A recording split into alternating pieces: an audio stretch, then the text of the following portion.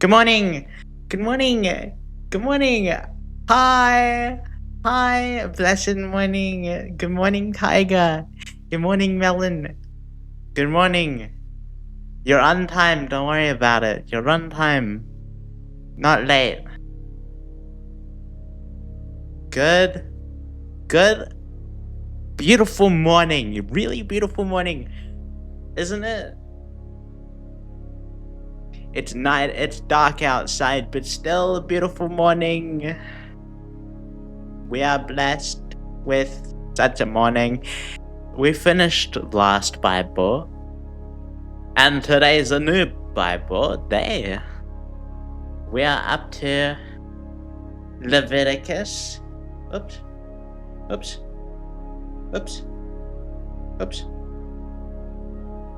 We're up to Leviticus, and we finished Exodus. Blessed morning, Manuka. Good morning, Ball 12455.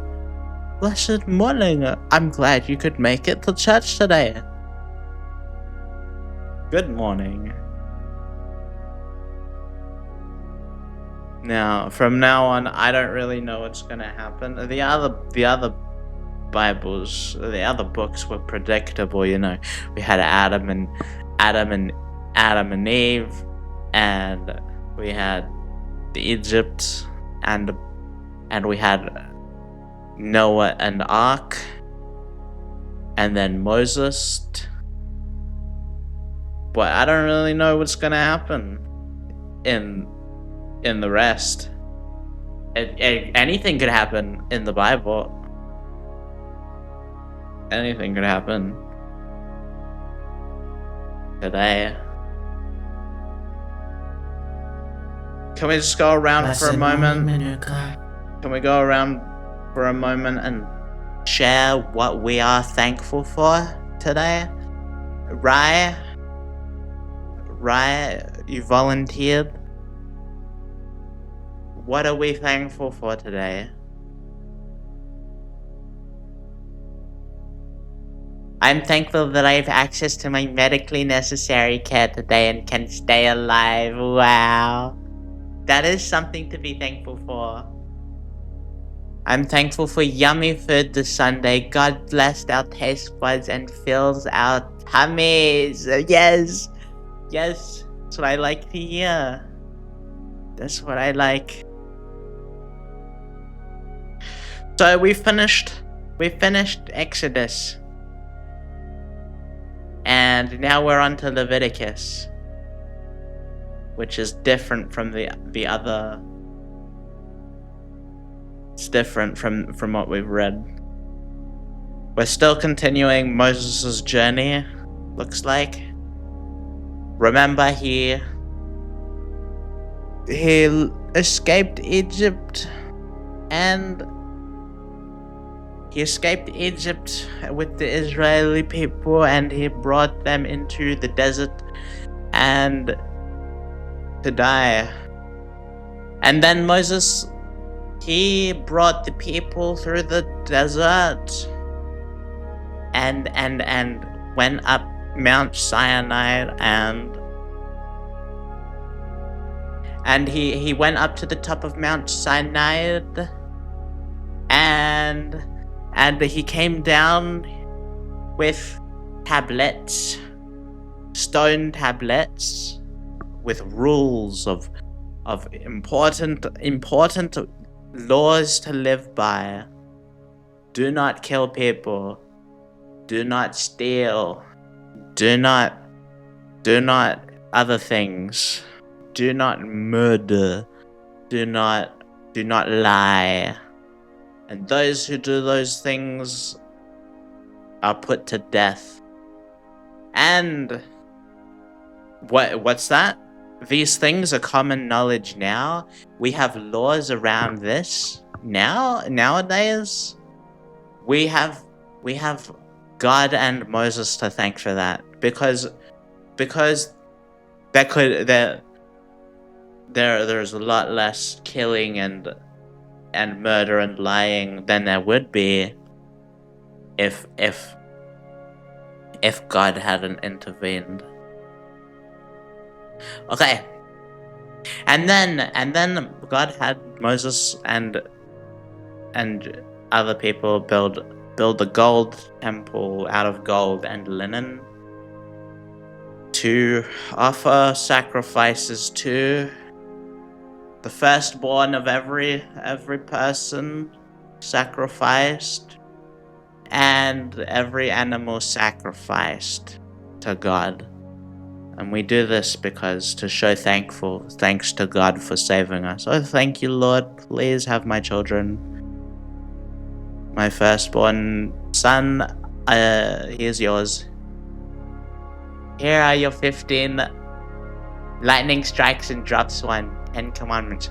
Well, I thought that too. I thought that too. I thought there were 15. There were 3 tablets, but it was written in the book that there was only 2 tablets, and he never dropped them. He never. Have I seen History of the World Part 1? No. It said he only brought down 2, and he threw them on. He threw them on the floor because he broke both of them because he saw the people sinning.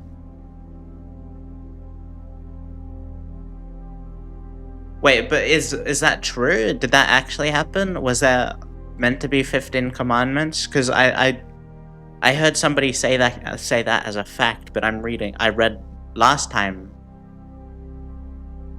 So it's not true. It's a movie. It's just a movie. Ah, okay.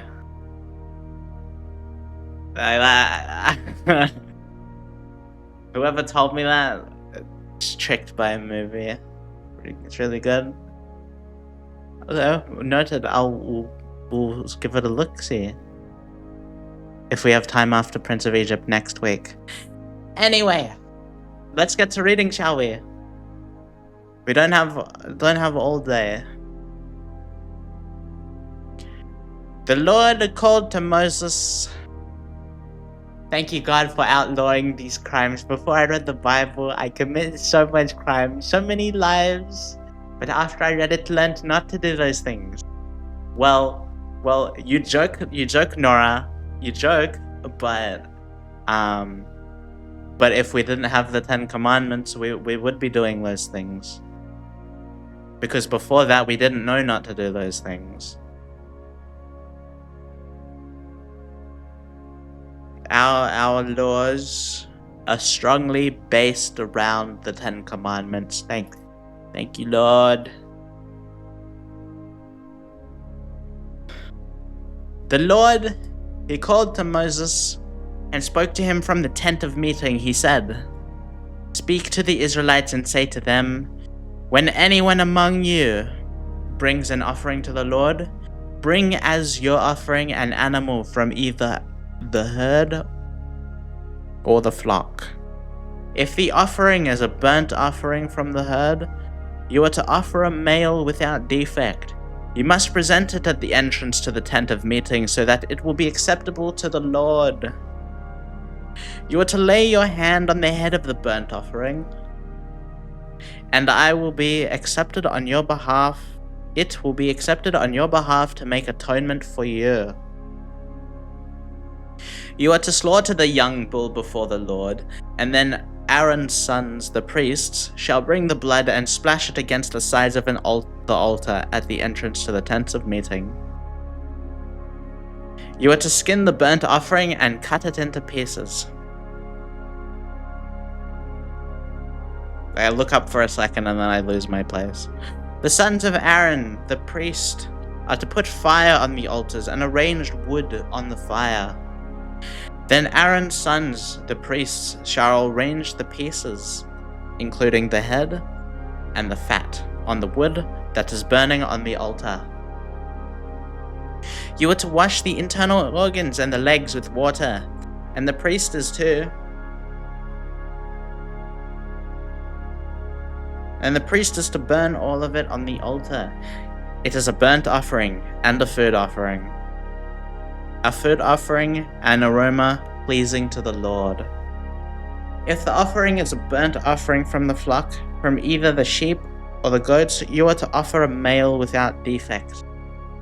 You are to slaughter it at the north side of the altar before the Lord, and Aaron's sons, the priests, shall splash its blood against the sides of the altar. I hope that this whole book is not just instructions again.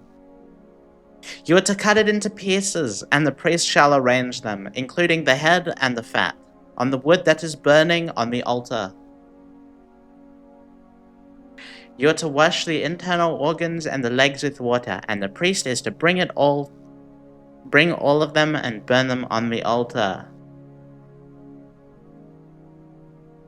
It is a burnt offering, a food offering, an aroma pleasing to the Lord. The Lord likes cooked sheep organs. Noted. It is an aroma pleasing to the Lord. It pleases the Lord. Add 2 tablespoons of sugar and stir for 5 minutes. It is pleasing. If the Lord pleases, then he shall be given. Shall be done. If the offering to the Lord is a burnt offering of birds, you are to offer a dove or a younger pigeon. The priest shall bring it to the altar, wring off the head, and burn it on the altar. Its blood shall be drained out on the side of the altar. He is to remove the crop and the feathers and throw them down east of the altar where the ashes are. He shall tear it open by the wings, not dividing it completely. And then the priest shall burn it on wood that is burning on the altar. It is a burnt offering, a food offering, an aroma pleasing to the Lord. When anyone brings a grain offering to the Lord, their offering is to be of the finest flour. They are to pour olive oil on it, put incense on it, and take it to Aaron's sons, the priests. The priest shall take a handful of flour and oil, together with all the incense, and burn this as a memorial portion on the altar, a food offering, an aroma pleasing to the Lord. How long are you going to stream this? What, this book? Or the whole Bible? I don't know. How long does it take to get through a whole Bible? Maybe a year? Maybe a year. We're up to book 3. This is book 3, Leviticus, out of 66 books. We're doing the Old Testament and the New Testament with Jesus. There's the Old Testament, which is, I think, the Jewish Bible. The same as the Jewish Bible, give or take. Oh? The rest of the grain offering belongs to Aaron and his sons. It is the most holy part of the food offerings presented to the Lord. If you bring a grain offering baked in an oven, it is to consist of the finest flour, either thick loaves made without yeast and with olive oil mixed in, or thin loaves made without yeast and brushed with olive oil. If your grain offering is prepared on a griddle, it is to be made of the finest flour mixed with oil and without yeast. Crumble it and pour oil on it. It is a grain offering. If your grain offering is cooked in a pan, it is to be made of the finest flour and some olive oil. This is the only time I watch you.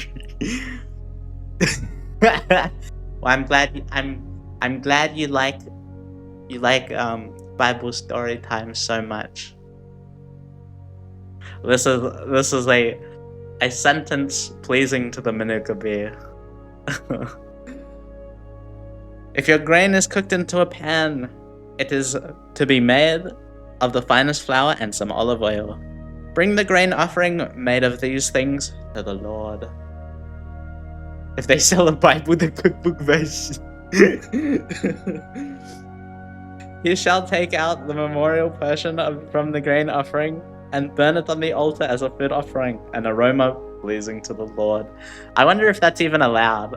Do you think you're allowed to cook to make the food for yourself that was offered to the Lord as sacrifices? Offerings?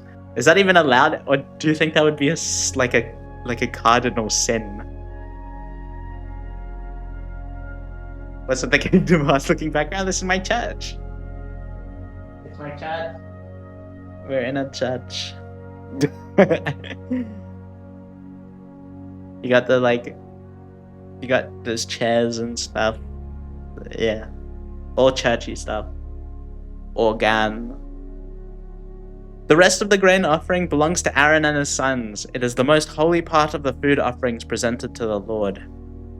Every grain offering you bring to the Lord must be made without yeast. in the cookbook, would just be like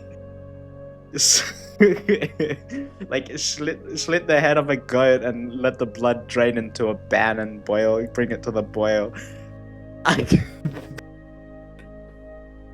Every grain offering you bring to the Lord must be made without yeast, for you are not to burn any yeast or honey in a food offering presented to the Lord.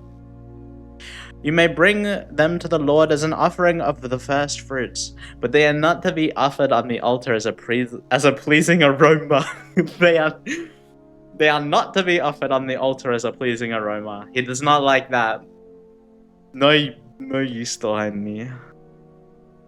Season all your grain offerings with salt. Do not leave the salt of the covenant of your God out of your grain offerings. Add salt to all your offerings.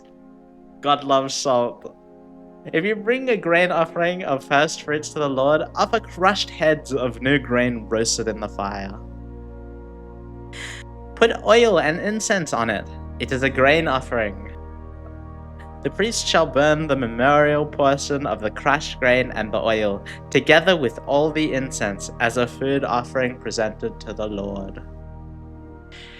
If your offering is a fellowship offering, and you offer an animal from the herd, whether male or female, you are to present before the Lord an animal without defect. You are to lay your hand on the head of your offering, and slaughter it at the entrance to the tent of meeting. Then Aaron's sons, the priests, shall splash the blood against the sides of the altar. From the fellowship offering, you are to bring a food offering to the Lord, the internal organs and all the fat that is connected to them. Both kidneys with the fat on them near the loins, and the long lobe of the liver, which you will remove with the kidneys. Then Aaron's sons are to burn it on the altar, on top of the burnt offering that is lying on the burning wood. It is a food offering, an aroma pleasing to the God, the Lord. This cooking hack got 5 bing booms from the Almighty Lord. If you offer an animal from the flock as a fellowship offering to the Lord, you are to offer a male or female without defect. If you offer a lamb, you are to present it before the Lord. If you offer a lamb, you are to present it before the Lord. Lay your hand on its head and slaughter it in front of the tent of meeting. Then Aaron's son shall splash its blood against the side of the altar. From the fellowship offering, you are to bring a food offering to the Lord. Its fat, the entire fat tail cut off close to the backbone, the internal organs, and all the fat that is connected to them. Both kidneys with the fat on them near the loins, and the long lobe of the liver, which you will remove with the kidneys. The priest shall burn them on the altar as a food offering presented to the Lord. Specify the head. Put on the head of your animal and slaughter it. If your offering is a goat, you are to present it before the Lord. Lay your hand on its head and slaughter it in front of the tent of meeting. Then Aaron's sons shall splash its blood against the sides of the altar. From what you offer, you are to present this food offering to the Lord, the internal organs and all the fat that is connected to them. Both kidneys with the fat on them near the loins, and the long lobe of liver, which you will remove with the kidneys. The priest shall burn them on the altar as a food offering, a pleasing aroma. Both kidneys, long lobe of liver, which you will remove with the kidneys. The priest shall burn them on the altar as a food offering, a pleasing aroma. All the fat is the Lord's. All the fat is the Lord's. But, you know, sometimes, I'm not sure if you're reading the Bible, some kind of collaborative writing horror series. This is a lasting ordinance for the generations to come wherever you live. You may not eat any fat or any blood. The Lord said to Moses, you know what he said? Say to the Israelites, when anyone sins unintentionally and does what is forbidden in any of the Lord's commands, if the anointed priest sins, bringing guilt on the people, he must bring to the Lord a young bull without defect as a sin offering for the sin he has committed. He has to present the bull at the entrance to the tent of meeting before the Lord. He is to lay his hand on his head and slaughter it there before the Lord. Then an anointed priest shall take some of the bull's blood and carry it to the tent of meeting. So if you sin unintentionally, you can make up for it by slaughtering a bull in front of the tent of meeting. He is to dip his fingers into the blood and sprinkle some of it 7 times before the Lord. In front of the curtain of the sanctuary, the priest shall then put some of the blood on the horns of the altar of fragrant incense that is before the Lord in the tent of meeting. The rest of the bull's blood he shall pour out at the base of the altar of burnt offering at the entrance to the tent of meeting. He shall remove all the fat from the bull of the sin offering, all the fat that is connected to the internal organs, both kidneys with the fat on them near the loins, and the long lobe of liver, which he will remove with the kidneys. Just as the fat is removed from the ox sacrificed as the fellowship offering, then the priest shall burn them on the altar of burnt offering. But the hide of the bull and all its flesh, as well as head and legs, the internal organs, and the intestines,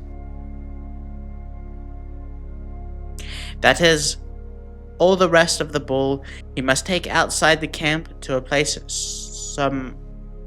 ceremonially clean, where the ashes are thrown, and burn it there in a wood fire on the ash heap. It seems like a lot of effort to do just because you sin, so that's why I always say to myself, don't kill people, because then I'll have to put all the work in and bring one of my bulls to the tent and slaughter it, and you know, its children are not going to be happy about that, and there's going to be blood all over my hands, and it's just a lot of work. So I don't lie, I don't kill people, and I don't steal. It's why I feel like I'm listening to a broken record and I finally finished internal organs slaughtered dog. Yeah, they do repeat a lot. They do love to get that word count up.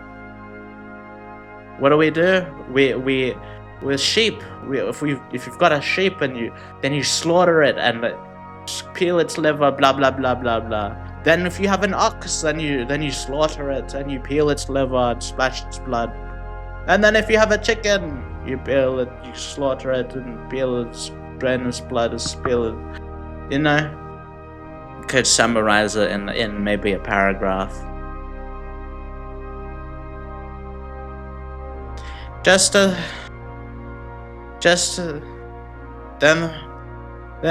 the hide of the bull and all its flesh, as well as the head and the legs and internal organs and the intestine, that is, all the rest of the bull, he must take outside the camp to a place ceremonially clean, where the ashes are thrown, and burn there in a wood of fire on the ash heap.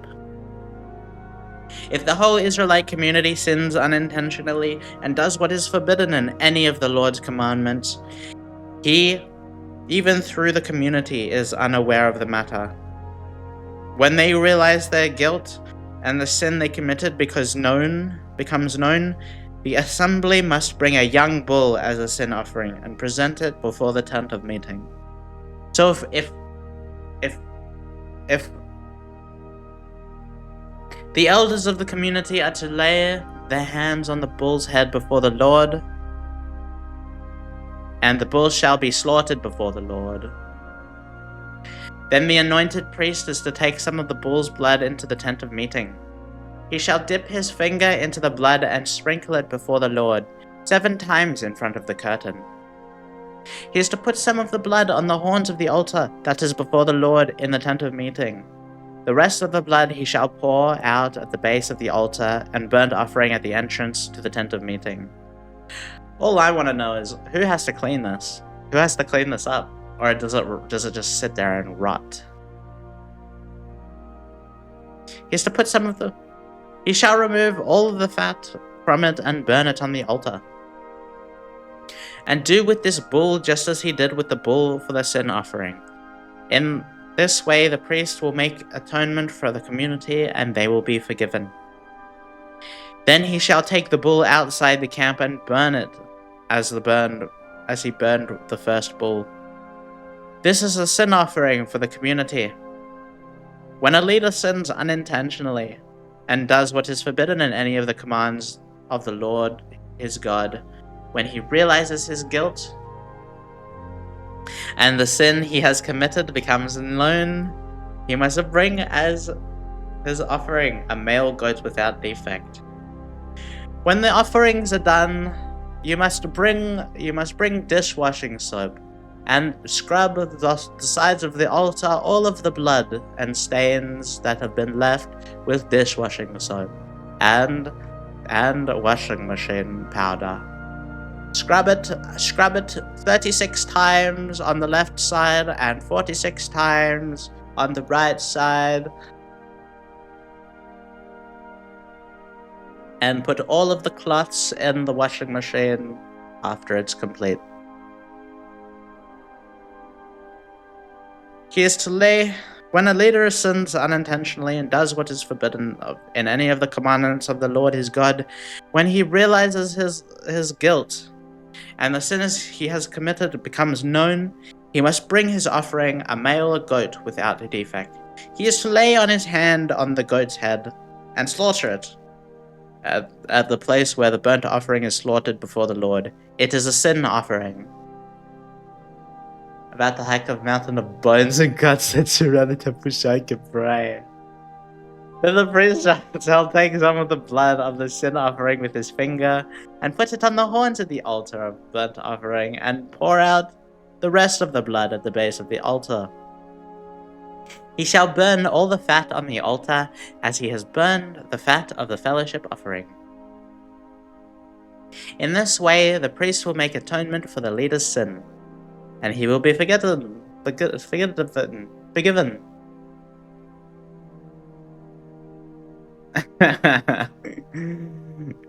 If any member of the community sins unintentionally and does what is forbidden in any of the Lord's commandments, when they realize their guilt and the sin they have committed becomes known, they must bring an offering for the sin they committed, a female goat without defect.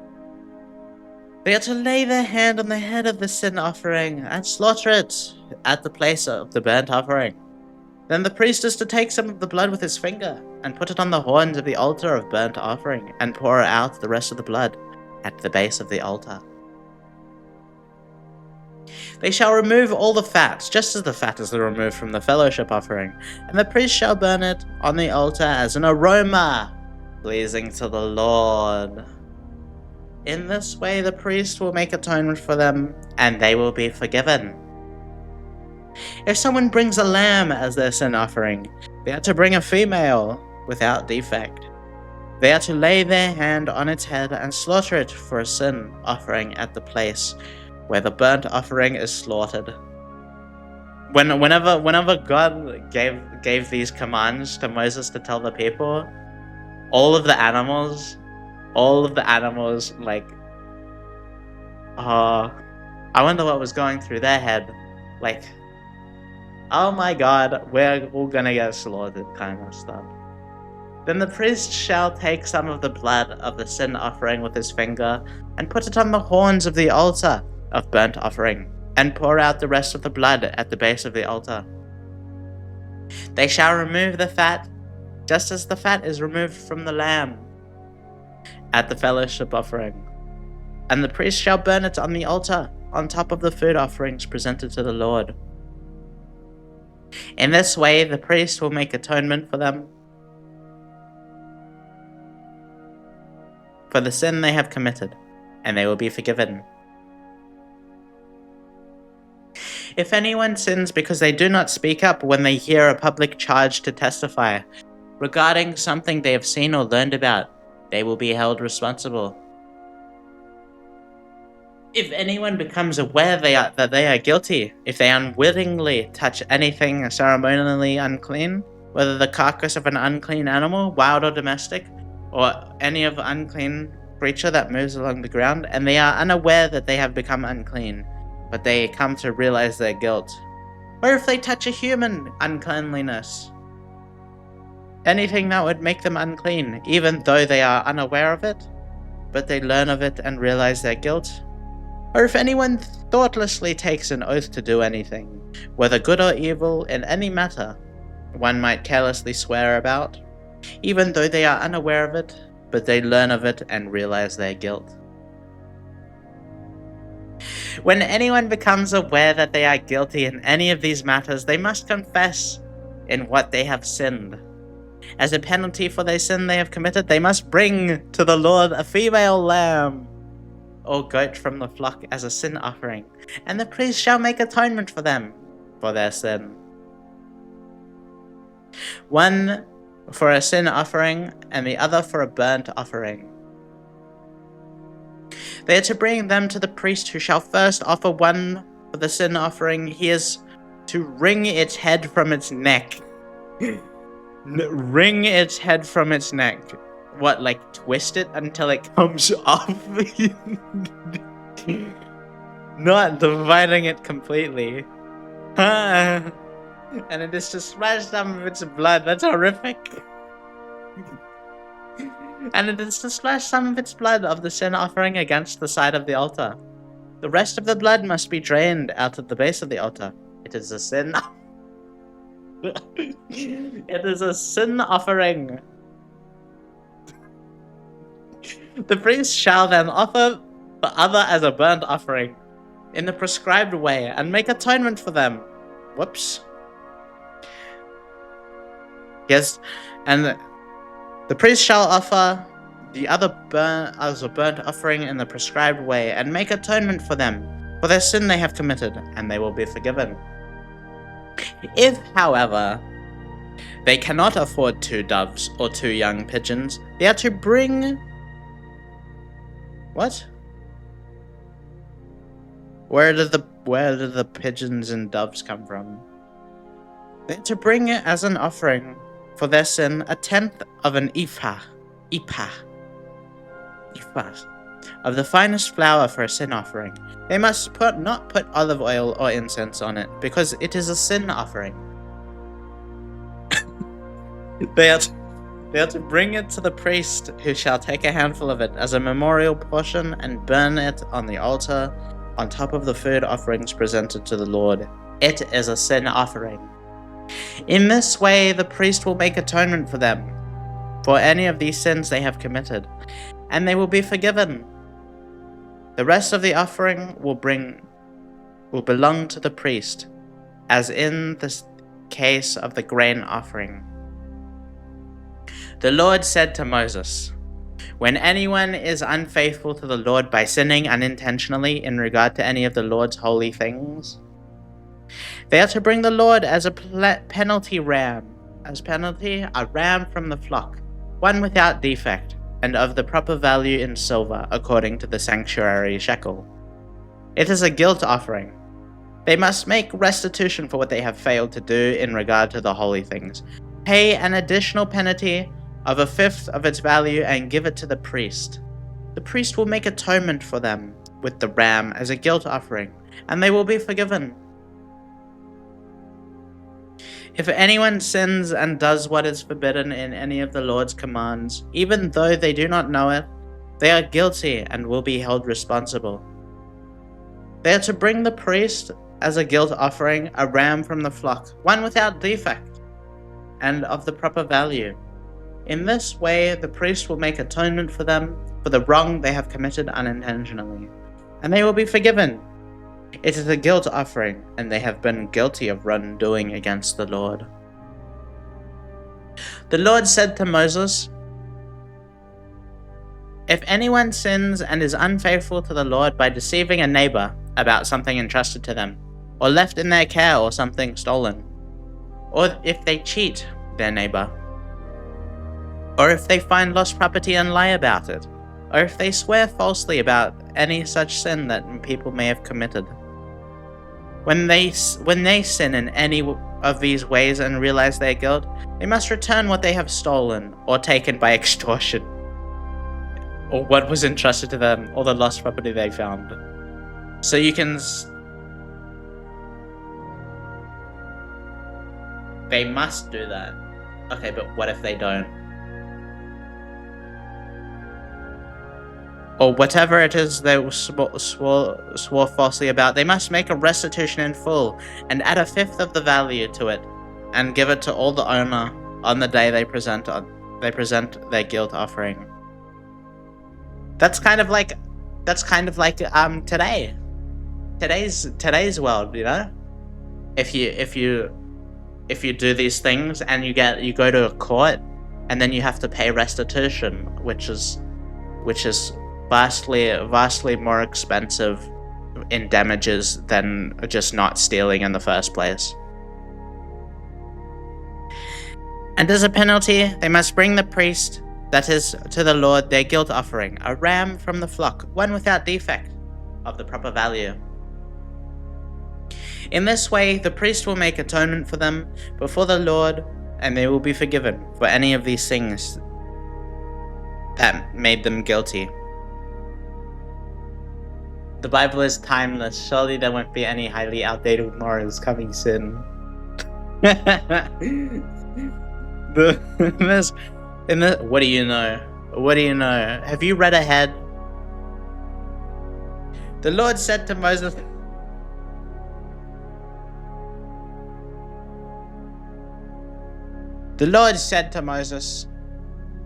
"Give Aaron and his sons this command. These are the regulations for the burnt offering. The burnt offering is to remain on the altar hearth throughout the night till morning, and the fire must be kept burning on the altar.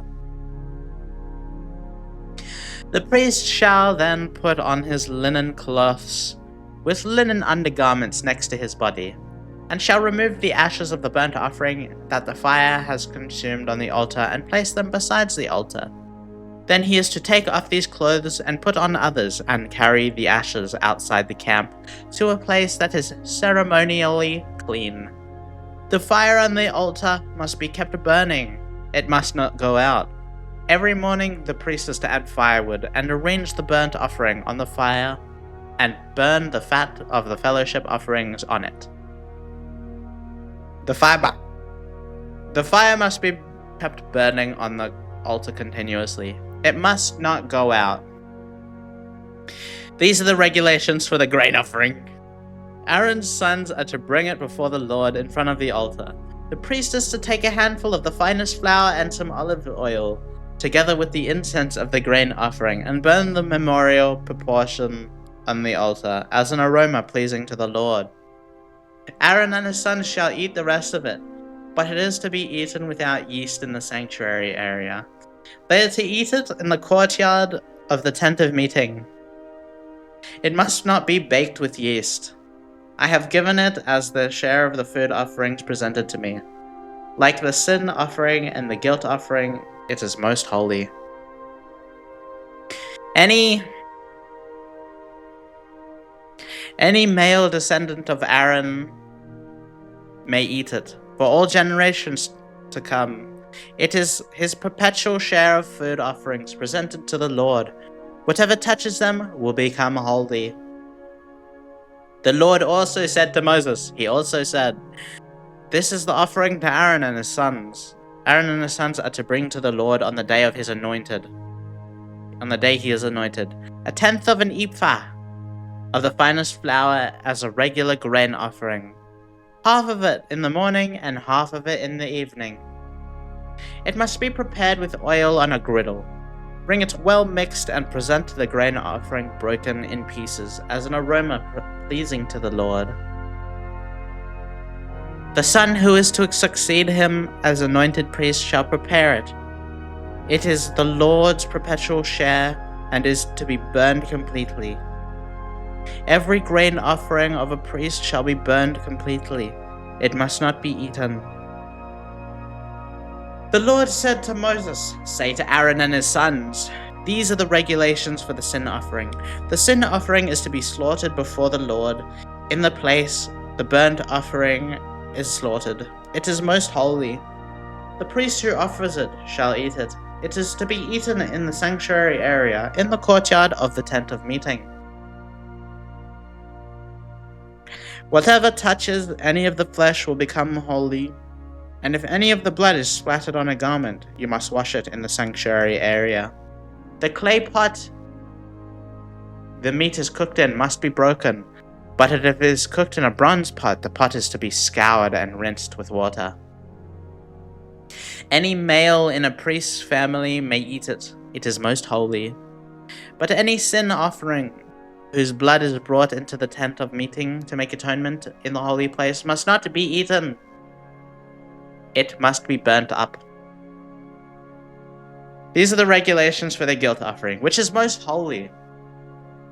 The guilt offering is to be slaughtered in the place where the burnt offering is slaughtered, and its blood is to be splashed against the sides of the altar. All its fats shall be offered, the fat tail and the fat that covers the internal organs, both kidneys, with the fat on them near the loins, and the long lobe of the liver, which is to be removed with the kidneys. The priest shall burn them on the altar as a food offering presented to the Lord. It is a guilt offering. Any male in a priest's family may eat it, but it must be eaten in the sanctuary area. It is most holy. The same laws applies to both sin offering and the guilt offering. They belong to the priest who makes atonement with them. And wherever you live, you must not eat blood of any bird or animal. Anyone who eats blood must be cut off from their people. The Lord said to Moses, "Say to the Israelites, anyone who brings a fellowship offering to the Lord is to bring part of it as their sacrifices to the Lord. With their own hands, they are to present the food offering to the Lord. They are to bring the fat together with the breast and wave the breast before the Lord as a wave offering. The priest shall burn the fat on the altar, but the breast belongs to Aaron and his sons. You are to give the right thigh of your fellowship offering to the priest as a contribution. The son of Aaron who offers the blood and the fat of the fellowship offering shall have the right thigh as his share. From the fellowship offerings to the Israelites, I have taken the breast that is waved and the thigh that is presented and have given them to Aaron and the priest and his sons as their perpetual share from the Israelites. This is the portion of food offerings presented to the Lord that were allotted to Aaron and his sons on the day that they were presented to serve the Lord as priests. On the day that they were anointed, the Lord commanded that the Israelites give this to them as their perpetual share for the generations to come. These, then, are the regulations for the burnt offering, the grain offering, the sin offering, the guilt offering, the ordination offering, and the fellowship offering, which the Lord gave Moses at Mount Sinai in the desert of Sinai, and the day he commanded the Israelites to bring their offerings to the Lord.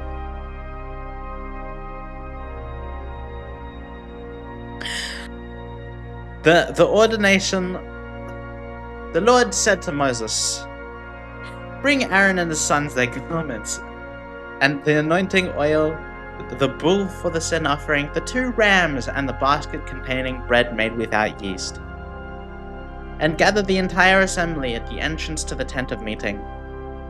Moses did as the Lord commanded him, and the assembly gathered at the entrance to the tent of meeting. Moses said to the assembly, "This is what the Lord has commanded to be done." Then Moses brought... Oh, we're done with the list. We're back to the story. Then Moses brought Aaron and his sons forward and washed them with water.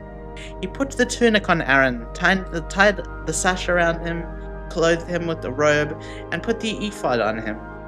He also fastened the ephod with a decorative waistband, which he tied around him. He placed the breastpiece on him and put the Urim and Thummim in the breastpiece. Then he placed the turban on Aaron's head and set the gold plate, the sacred emblem, on the front of it, as the Lord commanded Moses. Then Moses took the anointing oil and anointed the tabernacle and everything in it, and so consecrated them. He poured some of the anointing oil on Aaron's head and anointed him to consecrate him. Then he brought Aaron's sons forward, put tunics on them, tied sashes around them, and fastened caps on them, as the Lord commanded Moses. He then presented the bull for the sin offering, and Aaron and his sons laid their hands on its head. Moses slaughtered the bull and took some of the blood with his finger and put it on the horns of the altar to purify the altar. He poured out the rest of the blood at the base of the altar, so he consecrated it to make anointment for it.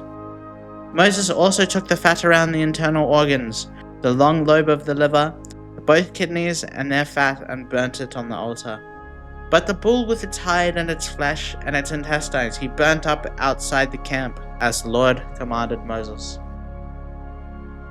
He then presented the ram for the burnt offering, and Aaron and his sons laid their hands on its head.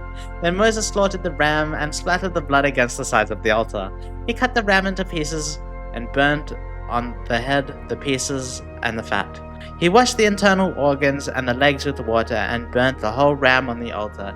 It was a burnt offering, a pleasing aroma, a food offering presented to the Lord, as the Lord commanded Moses. He then presented the other ram, the ram for the ordination, and Aaron and his sons laid their hands on its head. Moses slaughtered the ram and took some of its blood and put it on the lobe of Aaron's right ear, on the thumb of his right hand, and on the big toe of his right foot. Moses also brought Aaron's sons forward and put some of the blood on the lobes of their right ears, on the thumbs of their right hands, and on the big toes of their right feet. Then he splashed blood against the sides of the altar. After that, he took the fat tail, and the fat around the internal organs, the long lobe of liver, both kidneys, and their fat, and right thigh. And from the basket of bread made without yeast, which was before the Lord, he took one thick loaf with olive oil mixed in, and one thin loaf, and he put these on the fat portions and on the right thigh. He put all these in the hands of Aaron and his sons, and they waved them before the Lord as a wave offering. Then Moses took them from their hands and burnt them on the altar on top of the burnt offering as an ordination offering, a pleasing aroma, a food offering presented to the Lord. Moses also took the breast, which was his share of the ordination ram, and waved it before the Lord as a wave offering, as the Lord commanded Moses. Then Moses took some of the anointing oil and some of the blood from the altar and sprinkled them on Aaron and his garments, and on his sons and their garments. So he consecrated Aaron and his garments, and his sons and their garments. Moses then said to Aaron and his sons, "Cook the meat at the entrance to the tent of meeting, and eat it there with the bread from the baskets of ordination offerings, as I was commanded. Aaron and his sons are to eat it. Then burn up the rest of the meat and the bread. Do not leave the entrance to the tent of meeting for 7 days until the days of your ordination are completed. For your ordination will last 7 days. What has been done today was commanded by the Lord to make atonement for you. You must stay at the entrance to the tent of meeting day and night for 7 days and do what the Lord requires, so you will not die. For that is what I have been commanded. So Aaron and his sons did everything the Lord had commanded Moses through Moses. On the 8th day, Moses summoned Aaron and his sons and the elders of Israel. He said to Aaron, "Take a bull calf for your sin offering and a ram for your burnt offering, both without defect, and present them before the Lord. Then say to the Israelites, take a male goat for a sin offering, and calf and a lamb, both a year old without defect, for a burnt offering, and an ox and a ram for a fellowship offering, to sacrifice before the Lord, together with a grain offering mixed with olive oil. For today the Lord will appear to you." They took the things Moses commanded to the front of the tent of meeting, and the entire assembly came near and stood before the Lord. Then Moses said, "This is what the Lord has commanded you to do, so that the glory of the Lord may appear to you." Moses said to Aaron, "Come to the altar and sacrifice your sin offering and your burnt offering, then make atonement for yourself and the people. Sacrifice the offering that is for the people and make atonement for them, as the Lord has commanded." So Aaron came to the altar and slaughtered the calf as a sin offering for himself. His sons brought the blood to him, and he dipped his finger into the blood and put it on the horns of the altar. The rest of the blood he poured out at the base of the altar. On the altar he burnt the fat, the kidneys, and the long lobes of the liver from the sin offering, as the Lord commanded Moses. The flesh and the hide he burnt up outside the camp. Then he slaughtered the burnt offering. His sons handed him the blood, and he splashed it against the sides of the altar. They handed him the burnt offering piece by piece, including the head, and he burnt them on the altar. He washed the internal organs and the legs, and burnt them on top of the burnt offering on the altar.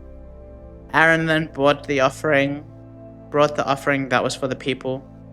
He took the goat for the people's sin offering and slaughtered it, and offered it for sin offering, as he did with the first one. He brought the burnt offering, and offered it in the prescribed way. He also brought the grain offering, took a handful of it, and burnt it on the altar, in addition to the morning's burnt offering. He slaughtered the ox and the ram as a fellowship offering for the people. His sons handed him the blood, and he splashed it against the sides of the altar.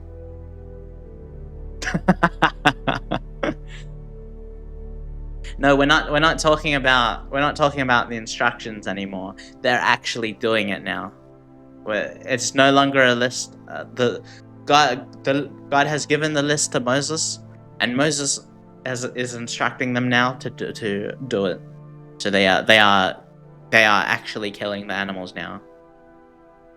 But the fat portions of an ox, I don't remember where I was. But the fat portions of the ox and the ram, the fat tail, the layer of fat, the kidneys, and the long lobe of liver. But these they laid on the breasts, and Aaron burnt the fat on the altar. Aaron waved the breasts and the right thigh before the Lord as a wave offering, as Moses commanded. Then Aaron lifted his hands towards the people and blessed them, and having sacrificed the sin offering, the burnt offering, and the fellowship offering, he stepped down. Moses and Aaron then went into the tent of meeting. When they came out, they blessed the people, and the glory of the Lord appeared to all the people. Fire came out from the presence of the Lord and consumed the burnt offering and the fat portions on the altar. And when all the people saw it, they shouted for joy and fell face down. like, yeah, they bowed down on their knees, right? Face down. Aaron's son Nadab and Abihu took their censers, put fire in them, and added incense, and they offered unauthorized fire before the Lord, contrary to his command. So fire came out from the presence of the Lord and consumed them, and they died before the Lord. Moses then said to Aaron, "This is what the Lord spoke of when he said, 'Among those who approach me, I will be proved holy. In the sight of the people, I will be honored.'" Aaron remained silent. So both of Aaron's sons just died in a second. In one sentence, they died because they lit unauthorized fires.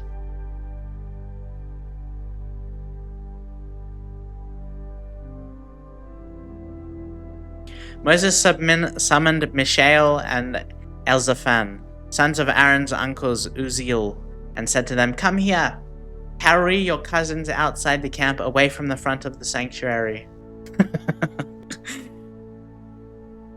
So they came and carried them, still in their tunics, outside the camp as Moses ordered.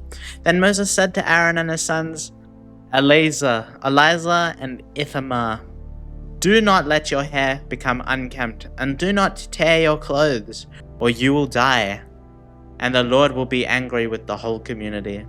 But your relatives, all the Israelites, may mourn for those the Lord has destroyed by fire. Do not leave the entrance to the tent of meeting, or you will die, because the Lord's anointing oil is on you." So they did as Moses said. Then the Lord said to Aaron, "You and your sons are not to drink wine or other fermented drink whenever you go into the tent of meeting, or you will die.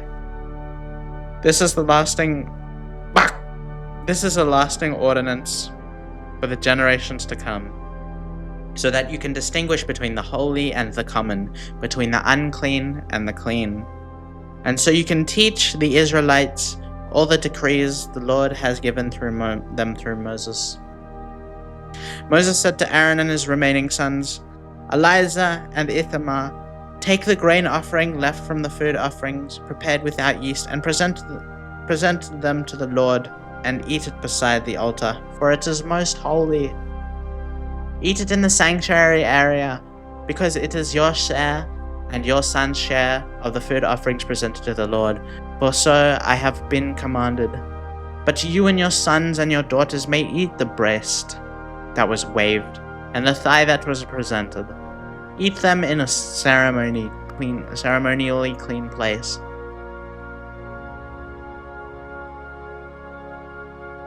And they have been given to you and your children as a share of the Israelites' fellowship offerings. The thigh that was presented and the breast that was waved must be brought with the fat portions of the food offerings, to be waved before the Lord as a wave offering. This will be the perpetual share for you and your children, as the Lord has commanded." When Moses inquired about the goat of the sin offering and found that it has been burnt up, he was angry with Eleazar and Ithamar, Aaron's remaining sons, and asked, "Why didn't you eat the sin offering in the sanctuary area? It is most holy. It was given to you to take away the guilt of the community by making an atonement for them before the Lord. Since its blood was not taken into the holy place, you should have eaten the goat in the sanctuary area, as I commanded." Aaron replied to Moses, "Today they sacrifice their sin offering and their burnt offering before the Lord, but such things as this have happened to me. Would the Lord have been pleased if I had eaten the sin offering today?" When Moses heard this, he was satisfied. Wow. Moses summoned Mishael and Elzaphan, sons of Aaron's uncle. Oops. Our page got messed up, but it's okay. The Lord said to Moses and Aaron, "Say to the Israelites, of all the animals that live on the land, these are the ones you may eat. You may eat any animal that has divided hoof and that chews the cud. You may eat There are some that only chew the cud or only have divided hoof, but you must not eat them. The camel, though it chews the cud, does not have divided hoof. It is ceremonially unclean for you. The hyrax, what is cud? The hyrax, what is a hyrax? Though it chews the cud, does not have a divided hoof. It is unclean for you. The rabbit, though it chews the cud, does not have a divided hoof. It is unclean for you. And the pig, though it has a divided hoof, does not chew the cud. It is unclean for you. You must not eat their meat or touch their carcasses. They are unclean for you. Of all the creatures living in the water of the seas and the streams, you may eat any that have fins or scales. But all creatures in the seas or streams that do not have fins and scales, whether among all the swarming things or among the other living creatures in the water, you are to regard them as unclean. And since you are to regard them as unclean, you must not eat their meat. You must regard their carcasses as unclean. So like crabs and stuff. Fins and scales. Anything living in the water that does not have fins or scales is to be regarded as unclean by you. These are the birds you are to regard as unclean and not to eat because they are unclean. The eagle, the vulture. This is where pork is banned. Yeah. Yes. Unclean pork. That's why we do not eat pork. Gross. Yuck. The vulture. The black vulture. The red kite. And any kind of black kite. Any kind of raven. The horned owl. The screech owl. The gull. Seagull. Any kind of hawk. The little owl. The cormorant. The great owl. The white owl. The desert owl. The osprey. The stork. Any kind of heron. The hoopoe. And the bat. Is a bat a bird? Is the bat a bird? So we're allowed to eat doves? What about pigeons? So we're allowed to eat doves and pigeons. So anything except doves and pigeons. Okay. No. Doves. Only doves and pigeons. I could have just said that. New bucket list for food items. I don't want to eat doves or pigeons. All flying insects that walk on all fours are to be regarded as unclean by you. These, however, are some flying insects that walk on all fours that you may eat. I don't want to eat insects either. Those who have jointed legs for hopping on the ground. Of these you may eat any kind of locust, katydid, cricket, or grasshopper. But all other flying insects that have 4 legs you are to regard as unclean. You will make yourself unclean by these. Whoever touches their carcasses will be unclean till evening. What, just touching like a fly carcass accidentally? Every animal that does not have a divided hoof or does not chew the cud is unclean for you. Whoever touches the carcasses of any of them will be unclean. Of all the animals that walk on all fours, those that walk on their paws are unclean for you. No eating dogs. Whoever touches their carcasses will be unclean till evening. Till evening. You can eat crickets, but not an eagle. Yeah. Well, I wouldn't want to eat an eagle. That's unpatriotic. Of the animals that move along the ground, these are unclean for you. The weasel, the rat, any kind of great lizard, the gecko, the monitor lizard, the wall lizard, The skink and the chameleon. Of all those, Melon has eaten all of these. Melon has eaten everything in this list. Of all of those that move along the ground, these are unclean for you. Whoever touches them when they are dead will be unclean till evening. When one of them dies and falls on something, that article, whatever its use, will be unclean. Whether it's made of wood, cloth, hide, or sackcloth. Put it in water, it will be unclean till evening, and then it will be clean. If one of them falls into a clay pot, everything in it will be unclean, and you must break the pot. Any food you are allowed to eat that has come into contact with water from any such pot is unclean, and any liquid that is drunk from such a pot is unclean. Anything that one of their carcasses falls on becomes unclean. An oven or cooking pot must be broken up. They are unclean, and you are to regard them as unclean. So before this, did they eat pigs and like all of this stuff? And then one day God said no, and then now they're not allowed? A spring, however, or a cistern for collecting water remains clean. But anyone who touches one of these carcasses is unclean. If a carcass falls on any seeds that are to be planted, they remain clean. That's nice. So if a homie puts a pork chop in my oven, I have to break the whole thing. Yeah. But if water has been put on the seed and the carcass falls onto it, it is unclean for you. So if the carcass and then water, then it's unclean. But if it's water, then carcass, then it's clean. Good to know. If an animal that you are allowed to eat dies, anyone who touches its carcass will be unclean till evening. What? So you're not allowed to eat animals that died? Does that mean you have to eat them while they're alive? If an animal anyone who eats some of its carcass must wash their clothes, and they will be unclean till evening.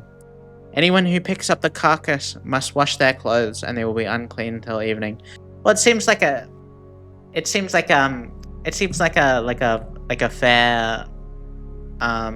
fair trade-off.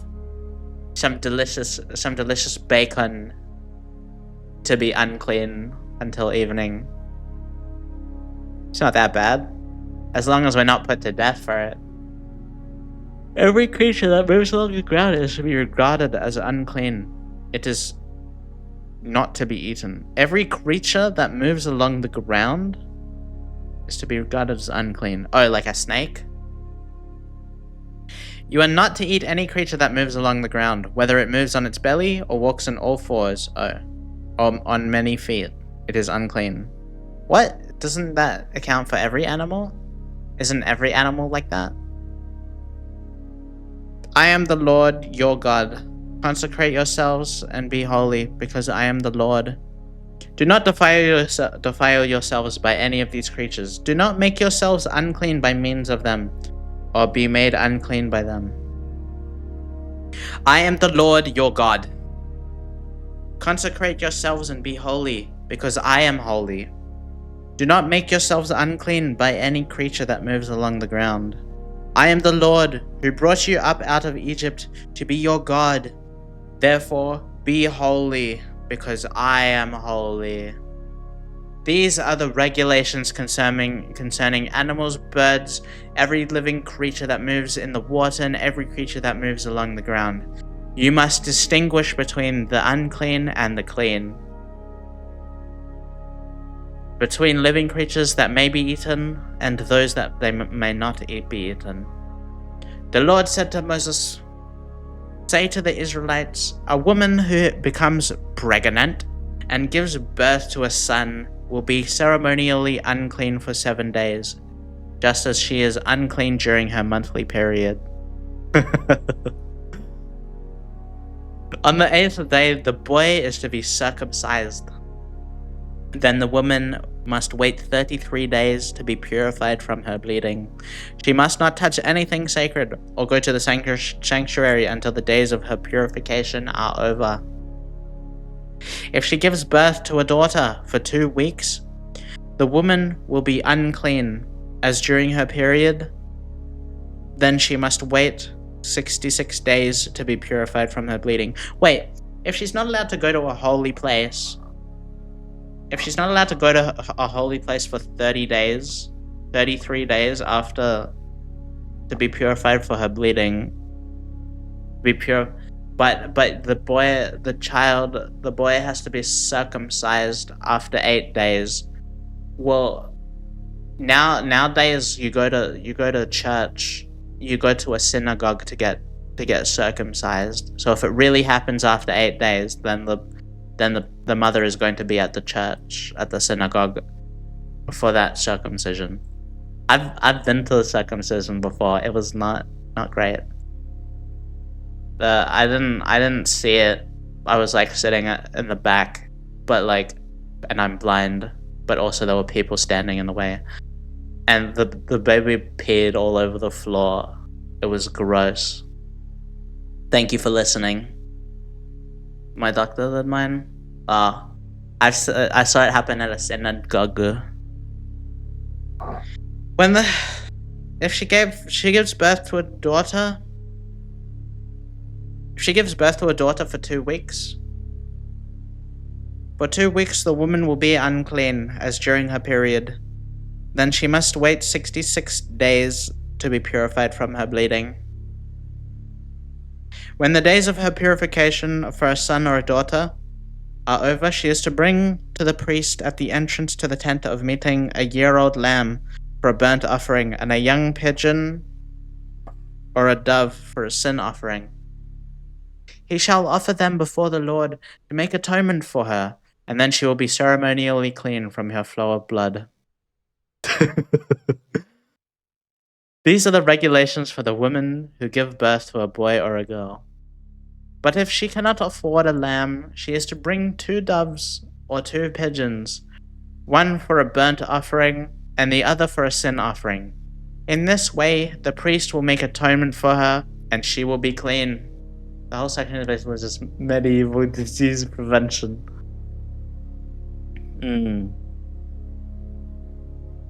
The Lord said to Moses and Aaron, "When anyone has a swelling or a rash or a shiny spot on their skin that may be a defiling skin disease, they must be brought to Aaron, the priest, or to one of his sons who is a priest.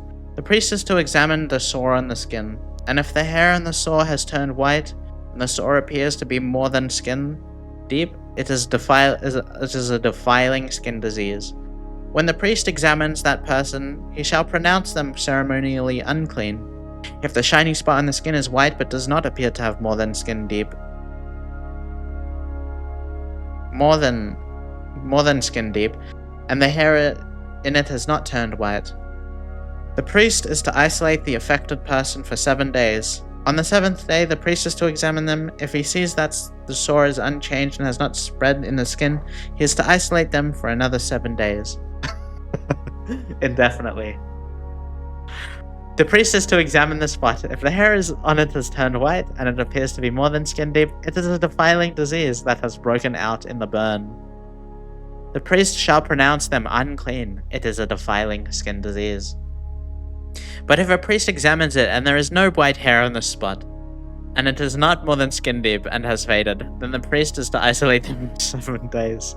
Like, more days? On the 7th day, the priest is to examine that person, and if it is spreading in the skin, the priest shall pronounce them unclean. It is a defiling skin disease.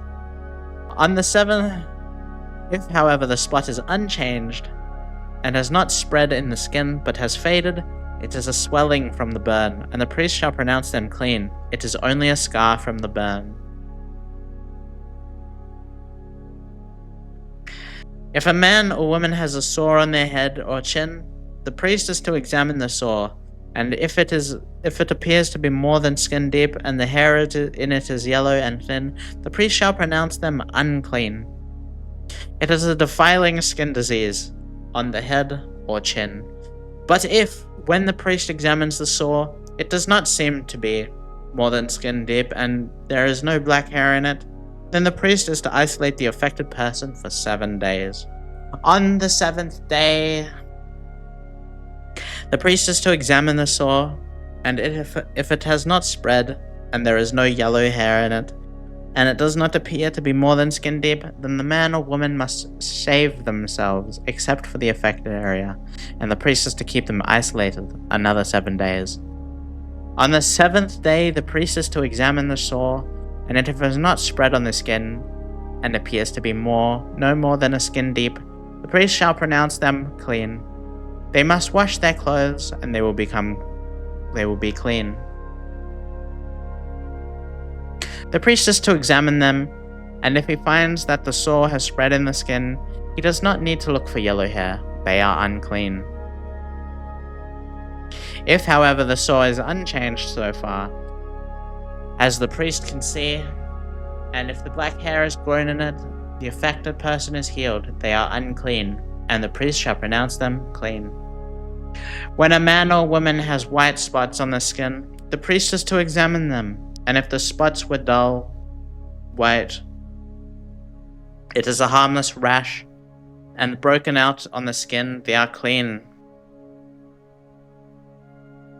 A man who has lost his hair and is bald is clean.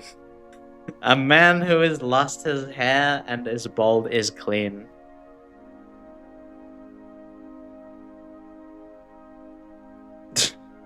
If he has lost his hair from the front of his scalp and has a bald forehead, he is clean.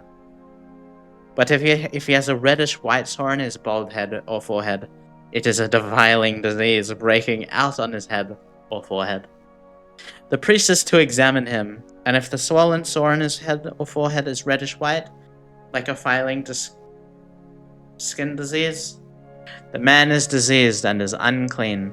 The priest shall pronounce him unclean because of the sore on his head. Anyone with such a defiling disease must wear torn clothes. Let their hair be unkempt, cover the lower part of their face, and cry out, "Unclean, unclean!"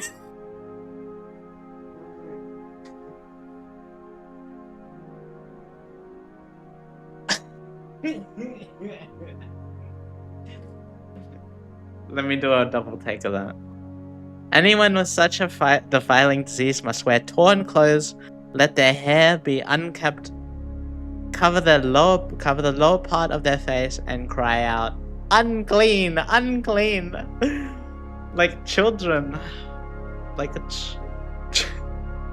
As long as they have the disease, they remain unclean. They must live alone. They must live outside the camp. Point. As any fabric that is spoiled with a defiling mold.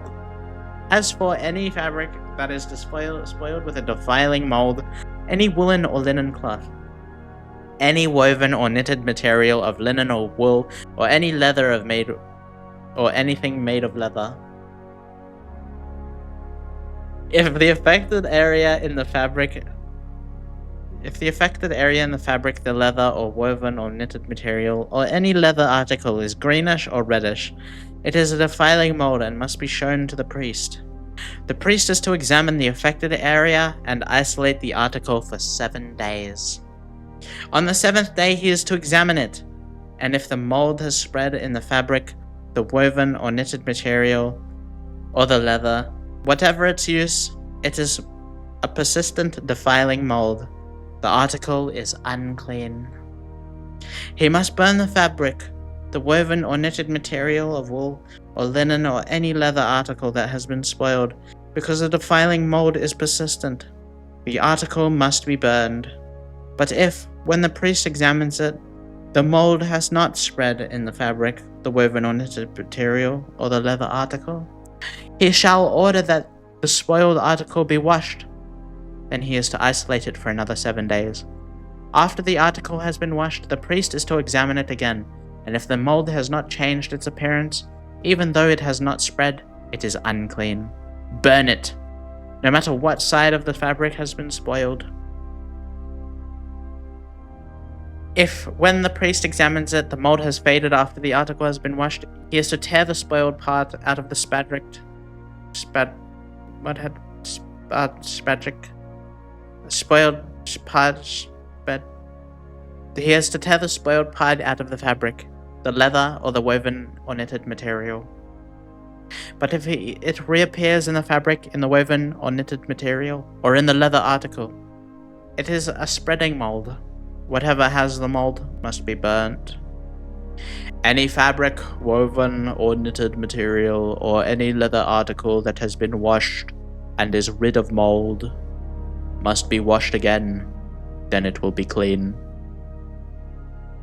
These are the regulations concerning defiling molds in woolen or linen clothing, woven or knitted material, or any leather article, for pronouncing them clean or unclean.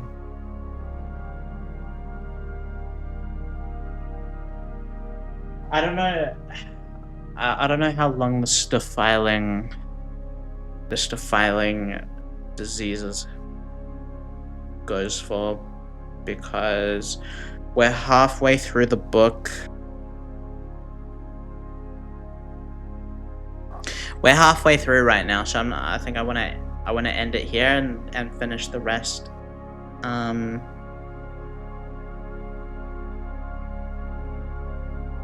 Yeah, so this whole book is just about the rules of what we live by. Wow. We did it. Another day. Do you feel more holy? Do you feel more holy now? Now that another week has started? And we are re-cleansed of the holy stuff. Today is it's it's a holiday. We don't work on today, on Sundays. Today is a day of rest, and we rest. Isn't that right? Isn't that right? Right. Yeah. So fare thee well. I say, fare thee well. Good night.